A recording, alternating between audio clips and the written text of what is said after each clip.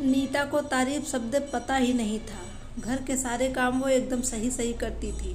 खाना बहुत स्वादिष्ट बनाती थी, लेकिन फिर भी आज का खाना अच्छा था बहू, ऐसा उसकी सास कभी नहीं बोलती थी। और पति भी कभी उसकी प्रशंसा नहीं करता था। उसका बनाया हुआ खाना चुपचाप खाकर उठकर दोनों पति और सास चले जाते थे। उसने खाना खाया या नहीं, इसका उन दोनों को फर्क ही नहीं पड़ता था। वह सास को बिल्कुल पसंद नहीं थी। अगर उससे जरा सी भी भूल हो गई तो सास तुरंत गुस्सा करती थी। उससे भी बुरी बात यह थी कि उसके पति और उसके बीच बातचीत भी ज़्यादा नहीं होती थी और वो उस पर ध्यान भी नहीं देता था।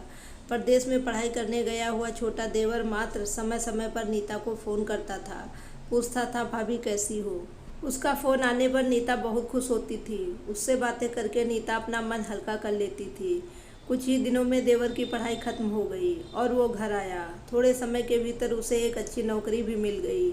नीता को बहुत खुशी हुई। नौकरी लग जाने के बाद उसकी सास अपने छोटे बेटे की शादी के लिए बातचीत करने लगी, पर देवर को एक भी लड़की पसंद नहीं आती थी। इसने ही बोला होगा उसे मना करने को, सोचकर सास नीता को ही दोष दे रही थी। नीता को चिंतित देखकर देवर ने अपनी माँ से कहा, मैं एक लड़की से बहुत प्यार करता हूँ, मैं उसी से शादी करूँगा।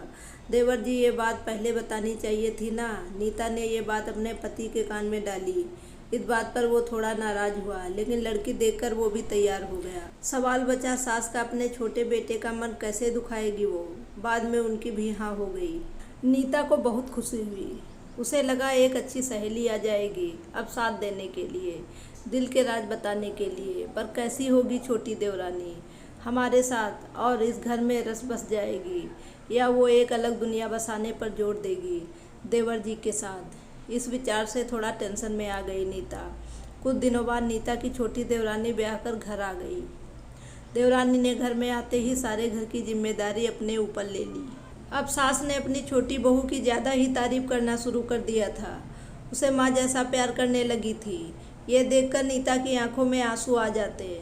वो सोचती, मैं भी तो यही काम करती थी, फिर मेरे साथ ही क्यों ऐसा बर्ताव। अब थोड़े दिनों बाद छोटी देवरानी पूरे घर पर राज करेगी और फिर मेरी जगह वहाँ पर कोने में होगी। अपने ही विचारों में खो गई नीता। नीता के भाव समझने पर छोटी देवरानी नीता के हाथ अपने हाथ में लेकर बोली, दीदी मुझे सब पता है, मुझे अपनी छोटी बहन समझिए, देखना बहुत जल्दी सब ठीक हो जाएगा। छोटी देवरानी ने पूरे घर की जिम्मेदारी तो ले ली, लेकिन कामों में कुछ न कुछ बार बार भूल करती थी। फिर देवरानी नीता के पास जाती और मदद मांगती थी। ऐसा रोज ही होने लगा। ये देखकर सास गुस्सा हो जाती कि मेरे रहते हुए छोटी बहू बड़ी बहू से क्यों पूछती रहती है। फिर सास भी रसोई घर में आकर काम करने लगती। धीरे धीरे वो छोटी बहू के साथ साथ अनजाने में बड़ी बहू से भी प्यार से बर्ताव करने लगी, प्यार से बोलने लगी, नए काम दोनों को सिखाने लगी, भूल समझकर समझाने लगी। अब सास और दोनों बहुओं में अच्छी दोस्ती होने लगी। इस वजह से बड़ी बहू का स्वभाव भी अच्छा होने लगा। उसके स्वभाव में खुलापन आ गया। सास भी दोनों के साथ कभी शॉपिंग तो कभी फिल्म देखने जाने लगी। वो अपनी दोनों बहुओं को समान प्यार करने लगी थी। इस वजह से घर का माहौल हंसता खेलता हो गया था।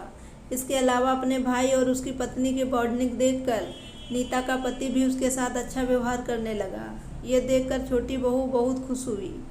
दीदी घर पर पहले आप ही का हक था, ऐसा बोलकर छोटी बहू ने पूरी घर की जिम्मेदारी अपनी जेठानी को दे दी। साल भर में नीता के देवर को अच्छा वेतन और बड़ी पोस्ट पर प्रमोशन हो गया। अब छोटी देवरानी भी अपने पति के साथ प्रदेश जाएंगी और मैं फिर अकेले रह जाऊंगी। इतना ही नहीं, इतने सालों बाद सास का व्यवहार जो इतने सालों बाद बदल गया था वो फिर से वही हो गया। तो इस विचार से नीता डर गई। देवरानी की नीता को इतनी आदत हो गई थी कि उसके बिना घर काटने को दौड़ता। देवरानी के आ जाने से घर का माहौल बदल गया था।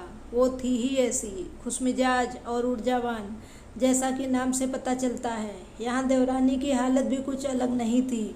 उसे दुख हुआ कि यदि वो यहाँ रहती है तो उसे अपने पति से दूर रहना पड़ेगा। अंत में उसने देवरानी से पूछा तो देवरानी ने जवाब दिया कि दीदी मैं सारा दिन नए स्थान पर अकेली रहूँगी, उससे अच्छा मैं यहीं ठीक हूँ। आपके देवर को बोला है मैंने, शनिवार और रविवार की छुट्टियों में आप यहाँ आ जाया करो, मैं भी उनके साथ जाया करूँगी बीच बीच में थोड़ा मन बदलने के लिए। 6 महीने बाद वो यहीं ट्रांसफ़र करवा लेंगे, तब हम एक साथ रहेंगे। 6 महीने का तो सवाल है, वो आते रहेंगे यहाँ पर। ये सुनकर नीता ने अपनी देवरानी को खुश होकर गले लगाया। तभी देवरानी नीता से बोली, अपने पति के साथ एक अलग जीवन जीने से अच्छा है अपनों के साथ रहकर एक दूसरे के साथ खुशियाँ बांटी जाएं। दोस्तों, पूरी कहानी सुनने के लिए आपका बहुत बहुत धन्यवाद।